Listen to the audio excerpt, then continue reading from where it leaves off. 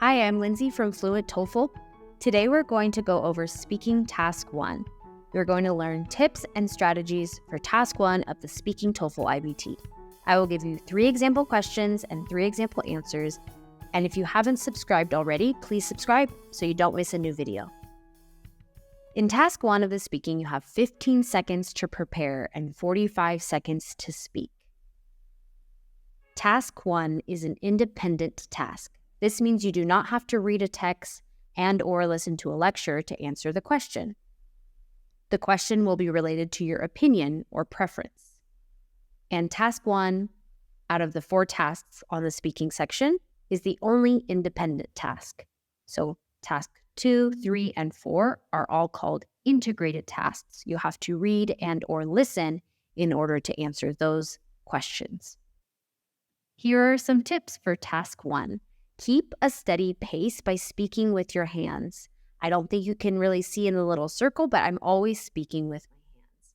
And I've talked about this in other lessons, in other videos. It's really important on the speaking to keep a steady pace, and moving your hands while you speak can help you do this. It can help you keep a steady pace or rhythm. Keeping a steady pace doesn't mean you have to speak quickly, but you don't want to have a lot of pauses. ETS uses AI that will measure pauses longer than a second, and these pauses will hurt your score. The next tip, give an example from your life and make it super specific. You're going to see that in the example answers I do for you today, that I always give really detailed examples from my life. It's going to help your score a lot if you do this. And take notes. You only have 15 seconds to prepare, but you can still do the Mickey Mouse in your notes. This is the Mickey Mouse. It's just 3 circles. Isn't it cute?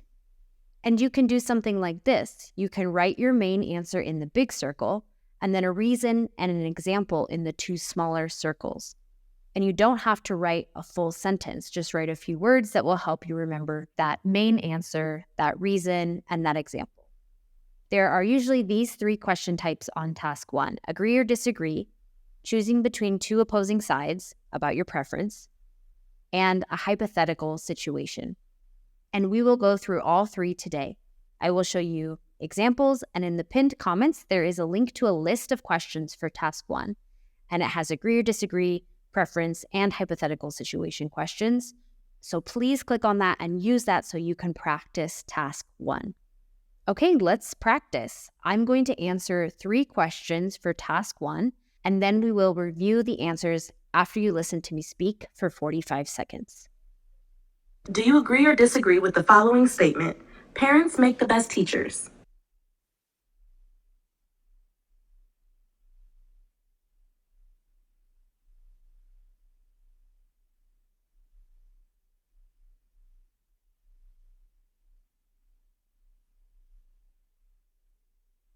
I agree that parents make the best teachers. I feel this way because parents spend the most time with their children, especially when the children are younger. And when children are at a young age, they're very impressionable and can be influenced by the adults around them. My own experience is an example of this. When I was in kindergarten, we had to paint in school, and I wasn't all that interested in painting. But later that summer, my mom encouraged me to paint with her. Through her example, I became interested in painting because I was so much closer to my mom and felt more comfortable with her than with my teacher at school. I liked my kindergarten teacher, but because I spent more time with my parents at that age, I was more at ease learning from my mother.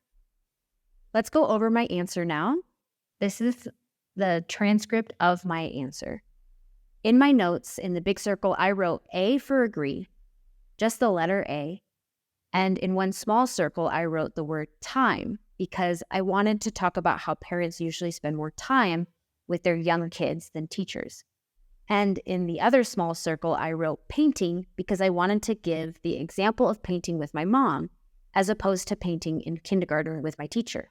Notice that my example is really specific. It's about my own life. It has a lot of details. Like that at first I wasn't interested in learning to paint, the fact that this successful painting experience happened over the summer, and I relate it back to my reason, which is that I was more comfortable with my mom because I knew her better. I spent more time with her. And bonus points if you know what the word impressionable means. Do you know what it means? Write the answer in the comments. Okay, let's do another one. Some people prefer to read physical books, while others prefer to read digital books. Which do you prefer and why? Include details and examples to support your explanation.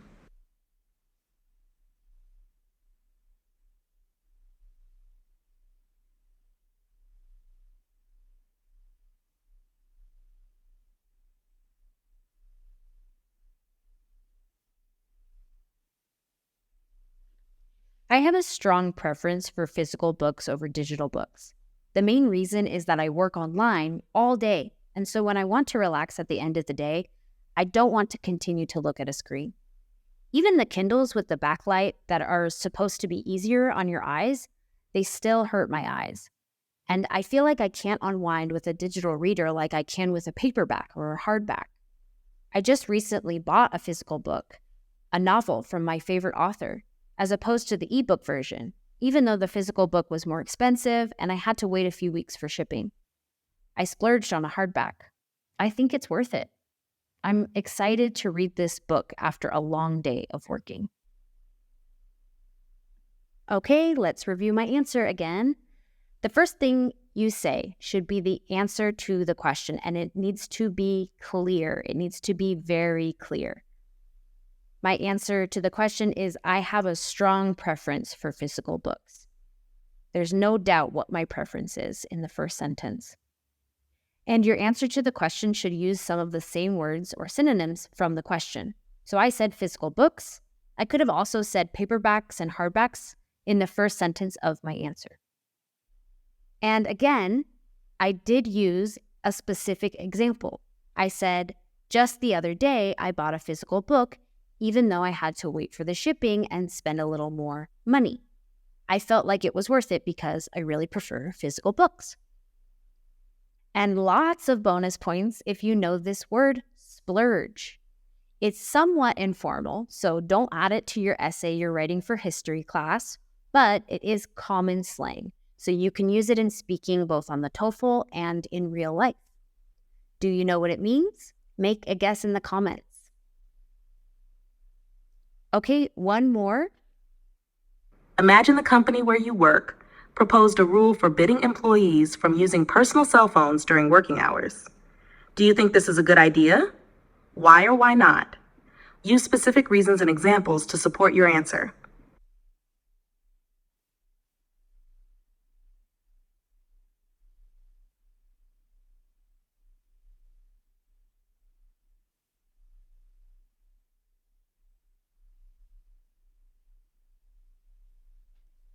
If the company where I worked proposed a rule prohibiting employees from using their phones, their personal phones at work, I would be quite displeased. I don't agree with this idea.